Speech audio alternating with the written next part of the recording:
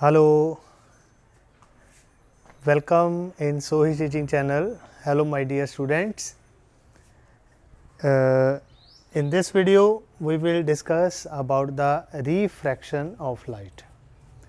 In the previous videos we learnt about the reflection of light. Reflection means that when a light strike with any smooth surface or any surface, it comes back, it bounce back in the same medium. Air च light आई strike की किसी mirror नाल वापस air च ही bounce back हो गई, तो वो सीगा रिफ्लैक्शन ऑफ लाइट। लेकिन हुण जिहड़ा चैप्टर का पार्ट है ये टर्न कर रहा है, ये अपना एक बड़ा ओपोजिट जिहा मोड लै रहा है, वो की है रिफ्रैक्शन ऑफ लाइट। हुण लाइट सेम मीडियम च बाउंस बैक नहीं होगी, हुण लाइट एक मीडियम तो दूसरे मीडियम च ट्रैवल करूगी, उस चीज़ को असीं बोलांगे रिफ्रैक्शन ऑफ लाइट। पहला आप डेफिनेशन ते चलांगे, उस तो बाद रिफ्रैक्शन ऑफ लाइट दियां कुछ जिहड़ियां टर्म्स हैगियां वो डिस्कस करते हैं। So let us start. First of all refraction of light.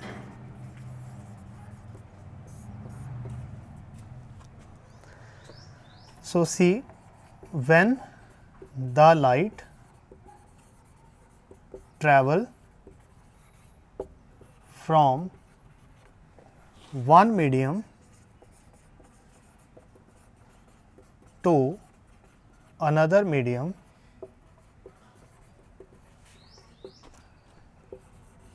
it bends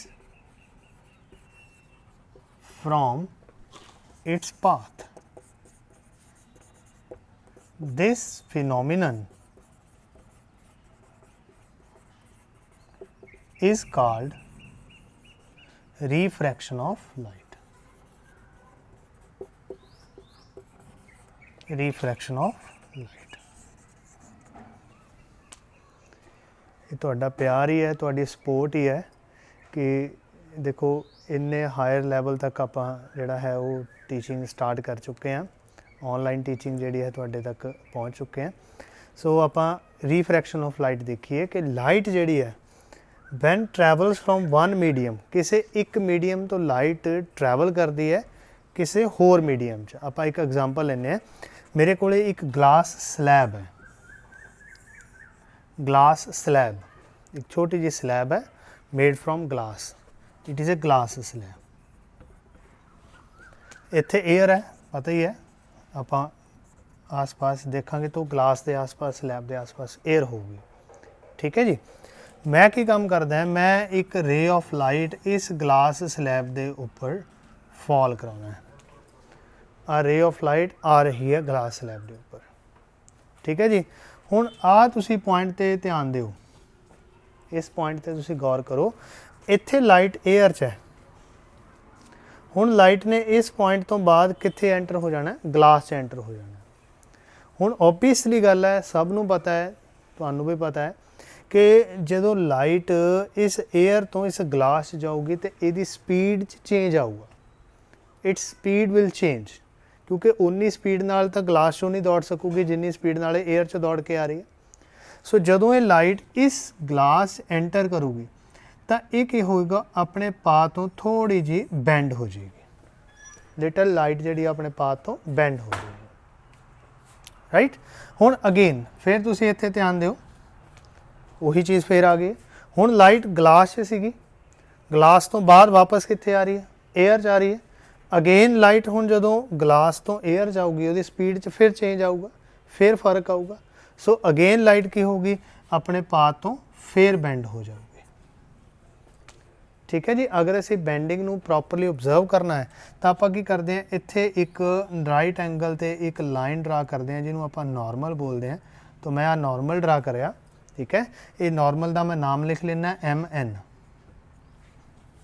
तो you can see from here the light band from its path. आ देखो लाइट बैंड हो गई अपने रास्ते। अगेन इस पॉइंट ते भी आपां एक राइट एंगल की लाइन जी है वो ड्रा करते हैं, that is again a normal. मैं इसका नाम भी लिख देना M-N-। सो ये चीज़ है bending of light.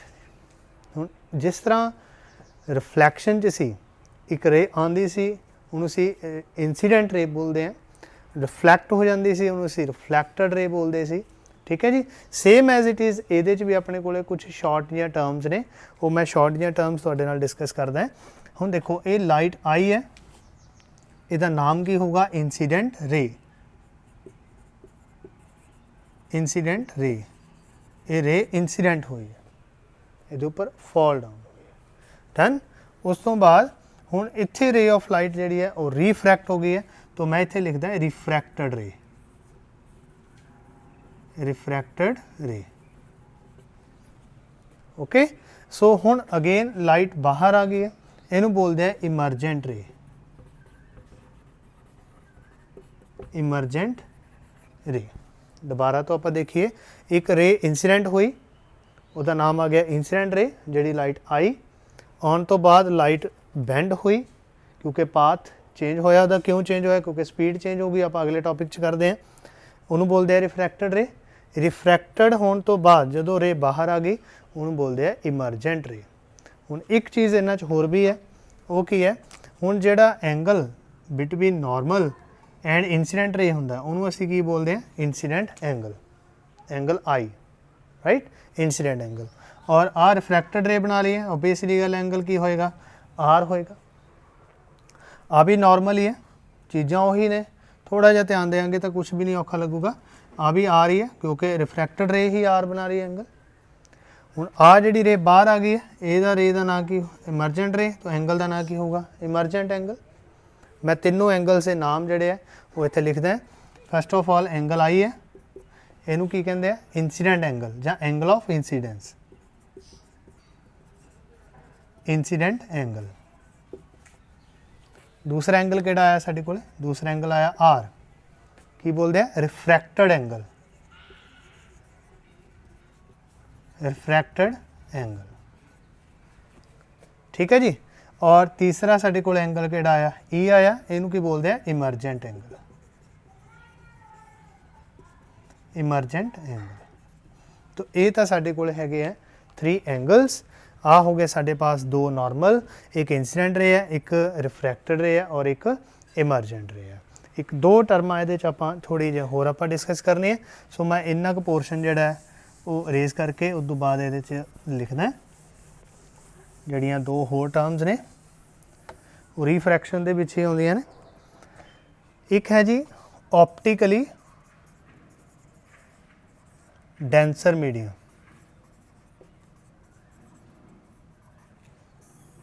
Optically denser medium, the medium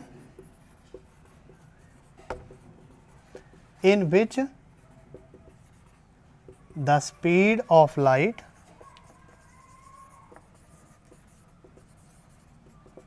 is slow ਜਾਂ कह रही है less। जिस मीडियम च स्पीड ऑफ लाइट घट होएगी उस मीडियम ਨੂੰ ਅਸੀਂ ਕੀ ਬੋਲਾਂਗੇ? Optically denser medium. एग्जाम्पल जिस तरह आप देखिए, एग्जाम्पल साडे कोले किहड़ी आ सकती है? ग्लास आ सकता है जी, ग्लास दे विच लाइट जिहड़ी हौली चलूगी, डेंसर मीडियम है। वाटर है जी, पानी है, ਇਹਦੇ 'ਚ भी स्पीड घट होगी। कोई भी ऑयल है ट्रांसपेरेंट, कोई भी ऑयल ले लो, तारपीन ऑयल लो, डीजल लो या कोई मस्टर्ड ऑयल, इन्हां 'चों भी लाइट पास आउट होंदी है। तो ये ऑयल भी जिहड़े हैं वो डेंसर मीडियम 'च आउणगे क्योंकि इन्हां 'च सारिਆਂ 'च स्पीड जिहड़ी आ वो घट होंदी है। हुण उस तो बाद आ गया जी ऑप्टिकली रेयर मीडियम। ये बिल्कुल ਇਹਦੇ ऑपोजिट है जी, गैस बड़ा आराम नाल हो जाना तुहाडे कोल। Medium in which speed of light is higher या हाई, फास्ट स्पीड नाल चलदी है। एग्जाम्पल, बेस्ट एग्जाम्पल है, एक कोई एग्जाम्पल है वो है एयर जी। एयर च लाइट जिन्नी तेज दौड़ सकती है होर किसी मीडियम च नहीं दी, या वैक्यूम या एयर। वैक्यूम मीनस जिथे कुछ भी नहीं, एयर मीनस के समथिंग एयर कुछ मीडियम है लाइट फास्ट चलूगी, लेकिन ग्लास, वाटर, ऑयल जिन्ने भी बाकी मीडियम्स हैं उन्हें च लाइट जी स्लो चलूगी, राइट। और लास्टली चीज़ एक डिस्कस करनी है वो है जी कॉज ऑफ रिफ्रैक्शन। हुण तुसी कहोगे जी ਕਿ ਲਾਈਟ ਦੀ ਜਿਹੜੀ ਰੀਫਰੈਕਸ਼ਨ ਹੈ ਉਹ ਕਿਉਂ ਹੁੰਦੀ ਹੈ, ਉਹਦਾ ਕਾਰਨ ਕੀ ਹੈ, ਕੀ ਰੀਜ਼ਨ ਹੈ ਕਿ ਲਾਈਟ ਜਿਹੜੀ ਆਪਣੇ ਪਾਥ ਤੋਂ ਬੈਂਡ ਹੁੰਦੀ ਹੈ। ਇੱਕੋ ਇੱਕ ਰੀਜ਼ਨ ਹੈ, that is change in speed of light when it travel from one medium to another। बेटा पहले ही ਆਪਾਂ ਇਹ ਗੱਲ ਕਹੀ ਹੈ ਕਿ ਲਾਈਟ ਜਦੋਂ ਇੱਕ ਮੀਡੀਅਮ ਤੋਂ ਦੂਸਰੇ ਮੀਡੀਅਮ 'ਚ ਟਰੈਵਲ ਕਰਦੀ ਹੈ ਤਾਂ ਲਾਈਟ ਦੀ ਸਪੀਡ 'ਚ ਫਰਕ ਪੈ ਜਾਂਦਾ ਹੈ। ਮੈਂ ਐਗਜ਼ਾਮਪਲ ਲਵਾਂ, ਆਪਣੇ ਕੋਲੇ 3 ਕਮਰੇ ਹੈ, ਵੱਡੇ ਵੱਡੇ 3 ਰੂਮਸ ਹੈ। ਇੱਕ रूम च एयर है, हवा है, दूसरे रूम च वाटर है, पानी भरिया है, तीसरे रूम च साडे कोले कोई बड़ा हार्ड जिहा मटीरियल है, कोई ग्लास है। असी लाइट होईए तो लाइट नूं पहलां सानूं दौड़ के एक दीवार तो दूजी दीवार तक जाना पवे, तो सब तो सौखा सब तो तेज़ किहदे च दौड़ सकांगे? ओबीअसली गल है एयर च, क्योंकि हवा की जिहड़ी रजिस्टेंस है वो बहुत घट है, हवा ने रोकना नहीं, असी दौड़ के एकदम एक दीवार तो दूजी दीवार चले जाएंगे। पानी च की होगा, पानी साडी स्पीड का फर्क पै जाऊगा, सानू पानी रुकावट लाऊगा तो पानी हौली च दौड़ांगे असीं पानी च। तीसरा ग्लास, हुण कच दे विचों दी दौड़ के किसी सॉलिड मटीरियल दे विचों दी दौड़ के जाना होवे, होर भी डिफिकल्ट, स्पीड होर भी घट हो जाऊगी। तो जिन्ना ज़्यादा स्पीड का फर्क पैंदा जाऊगा उन्नी ज़्यादा लाइट जिहड़ी है वो अपने पाथ तो बैंड हुंदी जाऊगी। एग्जाम्पल बेस्ट देखनी है तो तुसीं एक ग्लास लो, ਕੱਚ ਦਾ ਗਲਾਸ, ਉਹ 'ਚ ਹਾਫ ਵਾਟਰ ਫਿਲ ਕਰੋ, ਉਹਦੇ 'ਚ ਇੱਕ ਪੈਨਸਲ ਜਿਹੜੀ ਆ ਉਹ ਤੁਸੀਂ ਰੱਖ ਦਿਓ ਤੇ ਪੈਨਸਲ ਦਾ ਤੁਸੀਂ ਦੇਖੋਗੇ ਕਿ ਪੈਨਸਲ ਜਿਹੜੀ ਹੈ ਤੁਹਾਨੂੰ ਬੈਂਡ ਹੋਈ ਨਜ਼ਰ ਆਊਗੀ। ਕਿਉਂ?